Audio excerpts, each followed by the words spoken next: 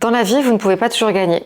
Je sais, c'est dur, on ne peut pas toujours gagner. Et la problématique, c'est que quand on commence à perdre quelque chose, généralement cela nous mène à un questionnement intérieur, surtout une remise en question, et à une sorte de chaos. Et plus le chaos se manifeste autour de nous, plus on a l'impression qu'en cascade, notre vie est en train de s'écrouler, parfois comme un peu un effet domino, où on ne peut rien arrêter. Et cette situation-là est très compliquée. Et pourtant, quand vous vous autorisez vraiment à échouer complètement, à perdre quelque chose qui vous tient à cœur notamment, c'est seulement à ce moment-là que vous allez pouvoir shifter, changer pour manifester tous vos désirs. Restez bien dans cette vidéo, on va aborder aujourd'hui 3 points clés qui vont vous permettre vraiment de changer votre réalité et vous allez comprendre pourquoi l'échec est quelque chose qui fait partie vraiment de votre chemin de réussite. On va d'abord voir justement pourquoi c'est cool d'échouer, comment se désidentifier du résultat final et enfin, comment changer ses propres indicateurs, ses propres métriques pour avoir une vision différente de ce qu'est vraiment la notion de réussite. Bonjour à tous, c'est Charlotte, votre coach en manifestation quantique. Je suis très contente de vous retrouver à nouveau aujourd'hui sur cette chaîne et bienvenue pour les nouveaux si c'est la première fois que vous regardez une de mes vidéos. Je voulais aborder un point qui est vraiment important sur la notion d'échec. Généralement, si vous reprenez plusieurs événements qui se sont passés dans votre vie, ou en tout cas c'est le cas pour moi, tous les résultats où j'ai vraiment eu beaucoup de réussite dans ma vie, que ce soit dans la sphère privée ou la sphère professionnelle, ils étaient vraiment liés à une notion de jeu à l'intérieur de moi. C'est-à-dire que j'étais tellement détachée du résultat, tellement en train de prendre du plaisir à réaliser certaines actions, certaines relations, certaines façons d'interagir, que je n'étais même pas en train de prendre ça au sérieux. Et c'est vraiment quelque chose qui était très important, c'est-à-dire que plus je réussissais, plus je jouais, mais il est arrivé un moment où vous connaissez peut-être tous cette bascule, un moment où on gagne tellement, on a tellement, par exemple, réussi dans notre domaine professionnel, on a tellement atteint un certain objectif, un certain premier palier qu'on s'était fixé, on a réussi peut-être à nouer une relation avec telle ou telle personne qui était vraiment précieuse pour nous. Et à partir du moment où tout ça atteint un point d'équilibre qui pour nous, on se rend compte en fait, on se dit waouh, j'en suis là et c'est tellement important ou ce résultat est tellement précieux pour moi, je veux tellement garder ce poste, je veux tellement garder ce niveau de revenu, je veux tellement que mon entreprise continue à développer de la croissance, je veux tellement garder cette personne dans ma vie qui m'est chère, c'est à ce moment-là où la partie play a game, là où on était vraiment en train de jouer, où on était très naturel, va shifter vers ce qu'on appelle la peur. Et à partir du moment où on commence à se dire « Ok, mais là, si en fait je perds du chiffre d'affaires, ça va être compliqué pour moi. Si je n'ai pas ce poste, en fait, je vais me remettre en question et je vais perdre de l'estime de moi ou comment je vais pouvoir dire à mes proches que je n'ai pas eu ce poste dont j'ai toujours rêvé. Si cette relation amoureuse ne va pas jusqu'au bout, comment est-ce que je vais pouvoir assumer ça moi aussi et comment je vais devoir faire face au regard des autres. » Et à partir de ce moment où on se rend compte vraiment de tout ce qu'on a commencé à gagner, c'est là où paradoxalement on peut tout perdre et on s'en rend compte en 1/10 de seconde et on sait que la moindre action qu'on peut faire qui est mal positionnée ou le mot qui n'est pas à son bon endroit par rapport à une interaction peut tout faire chuter et s'écrouler. Et c'est à partir de ce moment-là où on va quitter finalement notre flow naturel, notre enfant intérieur si on peut dire, notre naturel, notre spontanéité, qui va devenir tout d'un coup beaucoup plus morose et beaucoup plus cadré finalement. Donc à partir de ce moment-là, on va commencer à perdre justement l'essence même du pourquoi on a commencé, pourquoi je faisais ça, pourquoi je prenais du plaisir à travailler dans ce domaine, pourquoi je prenais du plaisir à développer mon activité, pourquoi je prenais du plaisir à être en lien avec cette personne. Et à partir du moment où la notion de plaisir disparaît et que la peur prend le contrôle et se rend compte peut-être du vide vertigineux qu'il y aura si on perd tout ce qu'on a déjà commencé à avoir, encore une fois, c'est là où la peur s'installe et on a généralement une chance sur 2 dans les prochaines semaines ou les prochains jours de faire la mauvaise décision, de dire la mauvaise parole qui fera malheureusement tout chuter. Et ça, c'est vraiment un des premiers facteurs à avoir en tête et la meilleure chose justement pour chasser cette peur, ça va être de se désidentifier du résultat. C'est-à-dire que ok, aujourd'hui, je veux ce poste, je veux cette relation amoureuse, je veux faire développer mon entreprise, je veux atteindre un certain palier de chiffre d'affaires. Le résultat que je vise doit être vraiment orienté comme un processus extérieur de moi, mais qui doit pleinement être désidentifié de ma personne à moi en tant que telle. C'est-à-dire qu'il y a un vrai travail à faire sur l'estime de soi et le contrôle, dans le sens où aujourd'hui, il faut apprendre à se désidentifier de ce persona, qui est la façade publique que vous offrez aux autres et apprendre à cultiver votre soi intérieur qui est totalement pur et désintéressé de tout ce qui peut être matériel dans notre vie autour de nous.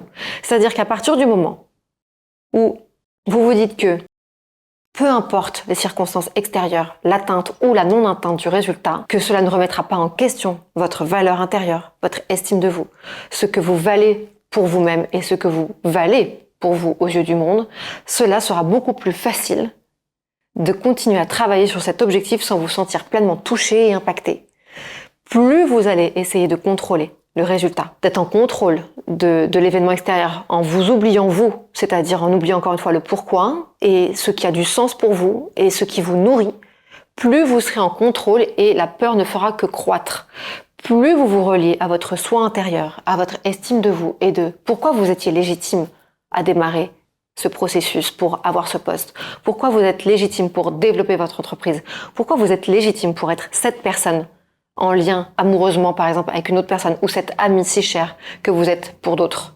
Dès que vous arrivez à vous dire que vous êtes assez tel que vous êtes et que ce résultat n'aura pas d'impact sur vos fondations les plus profondes, sur encore une fois vos valeurs, votre estime, vos qualités et votre chemin, vous serez de plus en plus détaché et désidentifié du résultat. Le résultat ne doit pas être vu comme une finalité. Le résultat doit être vu comme un chemin sur lequel, quoi qu'il arrive, vous aurez appris pour faire encore mieux le step d'après. Et c'est très dur à se dire ça quand on est humain, parce qu'on pense que quand on perd quelque chose, on n'aura jamais mieux. Et je suis passée par là des milliers de fois, dans plein de situations personnelles, professionnelles, ou quand je perdais quelque chose, quand j'étais en échec. J'ai eu des phases très longues, parfois de quelques jours, quelques semaines, où je me disais je n'aurai plus jamais quelque chose d'aussi bien dans ma vie, quelque chose d'aussi beau, parce que j'étais persuadée que le résultat, en fait, était pleinement intégré à mon être et que cet échec, finalement, ternissait un petit peu aussi qui j'étais, ce qui n'est pas le cas du tout. Le résultat, qu'il soit fructueux ou infructueux, n'est qu'un chemin qui vous mènera à quelque chose d'encore plus grand, une quête d'apprentissage. Et donc, reliez-vous encore une fois au pourquoi, ce qui vous animait quand vous aviez commencé cette action ou cet objectif pour essayer de vraiment laisser la peur de côté. Et c'est là où on arrive au troisième point aussi qui est pour moi le plus important de tous et qui est la somme en fait de tout ça, c'est changer ses indicateurs. Aujourd'hui, on est beaucoup dans avoir, c'est-à-dire je collecte. J'ai une belle voiture, j'ai un bel appartement, j'ai de beaux vêtements, j'ai un mari, j'ai des enfants, j'ai telle fonction dans telle entreprise, je gagne tant d'euros, je gagne tant de chiffre d'affaires, mon salaire vaut tant. Et avoir est quelque chose qui est pleinement à l'extérieur de vous encore une fois. On ne s'autorise pas assez à juste être.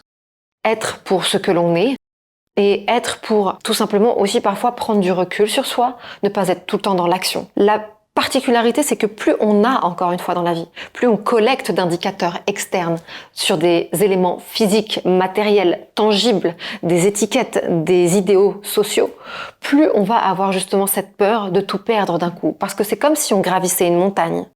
Et finalement, on se dit, il faut toujours évoluer. Donc, on est toujours en quête de collecter de nouveaux indicateurs matériels qui pourtant nous éloignent, encore une fois, de l'être en tant que tel. Et plus on s'aperçoit qu'on est sur cette montagne ascensionnelle, plus on se demande comment faire juste pour stabiliser et revenir à soi. C'est ça qui est paradoxal. Dans la vie, il y a toujours ceux qui ont et qui prennent. Je donne beaucoup pour espérer avoir. Mais vous pouvez simplement être et apprécier de recevoir aussi. Recevoir simplement pour ce que vous êtes en tant que personne, en termes de personnalité, de présence, d'apport émotionnel dans la vie de quelqu'un et surtout sans masque social. Le masque social, encore une fois, c'est celui qui vous demande un effort pour être au contact des autres. Et c'est à ce moment-là où vous savez à la fin de journée si vous avez vraiment porté un masque très rigide, c'est quand vous vous sentez fatigué. Les moments où vous n'avez pas de masque, pas de persona, où vous êtes avec votre soi profond, c'est les moments où vous êtes en total relâche, en état d'authenticité, vulnérabilité, sincérité et où vous n'avez simplement aucun filtre. Donc évidemment qu'on a tous des personnages, j'en ai probablement là un en vous parlant, même si j'essaie de faire en sorte qu'il soit le plus minime possible, mais évidemment on a toujours des rôles à un moment où on essaie d'être quelque chose en pensant que c'est ce que les autres attendent. Et c'est là où on va commencer à se fourvoyer et avoir encore plus peur de l'échec. Tandis que si vous êtes finalement constamment vous, que ce soit bien ou pas bien, et encore je vous apprends toujours qu'il n'y a pas de bien ou pas bien dans les vidéos, mais en tout cas si c'est ce que vous pensez être moins bien ou moins tolérable en société, finalement c'est en étant ça que vous recevrez au lieu de prendre et de chercher à l'extérieur des indicateurs, vous serez en mesure de recevoir pleinement ce que vous méritez en termes d'énergie, de ce que l'univers aura à vous donner, parce qu'il n'y aura pas d'effort pour montrer une autre personne que ce que vous êtes. Et j'ai déjà fait face à ça dans plein d'éléments professionnels, situations professionnelles, où il y a eu des moments, et paradoxalement, c'était les moments où à chaque fois j'étais le plus en échec. C'était les moments où j'étais tout le temps avec un masque public, un persona très très fort, où j'essayais vraiment d'adopter une posture, une stature qui n'était pas la mienne. Et à chaque fois, cela me menait en échec de toutes les relations. Je menais à des collaborations infructueuses professionnelles. Je me suis fait avoir sur un projet d'application qui me tenait à cœur. J'ai recruté parfois des personnes qui n'étaient pas compétentes ou qui n'étaient pas aussi engagées que ce qu'elles prétendaient pour pouvoir rejoindre l'équipe. Et à chaque fois que j'ai eu des situations infructueuses comme ça, c'était des situations où je me présentais avec un masque social persona tellement fort et tellement éloigné de ce que j'étais. Parce que je pensais qu'il fallait avoir l'air très dur, très strict, très charismatique pour pouvoir faire du business, pour pouvoir être en lien avec les autres dans le domaine professionnel. Alors que pas forcément. Et peut-être même pas du tout. À chaque fois que j'ai eu des moments où j'étais vraiment en échec comme ça, paradoxalement aussi, c'est le moment où je relâchais tout. Et je me disais, ok, c'est bon, I'm done, j'en peux plus. Et je retournais vraiment dans mon soi profond. Et j'avouais en fait, carte sur table, que j'étais dans une situation difficile. Et comme par hasard, à ce moment-là, quand j'étais au plus proche de moi, toutes les portes commençaient à se réouvrir. Je rencontrais les bonnes personnes. Je reprenais confiance en moi. Des opportunités arrivaient de presque nulle part. Et pourtant, elles me mettaient sur le bon chemin. Tout ça pour vous dire que les indicateurs aujourd'hui que vous devez avoir, c'est plus d'être dans le ressenti de ce qui vous nourrit, l'épanouissement personnel, quand vous faites quelque chose, plutôt que ce que vous pouvez obtenir, prendre de l'extérieur. Dites-vous plutôt comment je me sens, qu'est-ce que je ressens, est-ce que je suis bien épanouie dans ce chemin-là? Et si la réponse est oui, c'est que vous êtes au bon endroit. Si la réponse est en résistance et que vous sentez que vous avez un masque social, vous n'êtes clairement pas au bon endroit.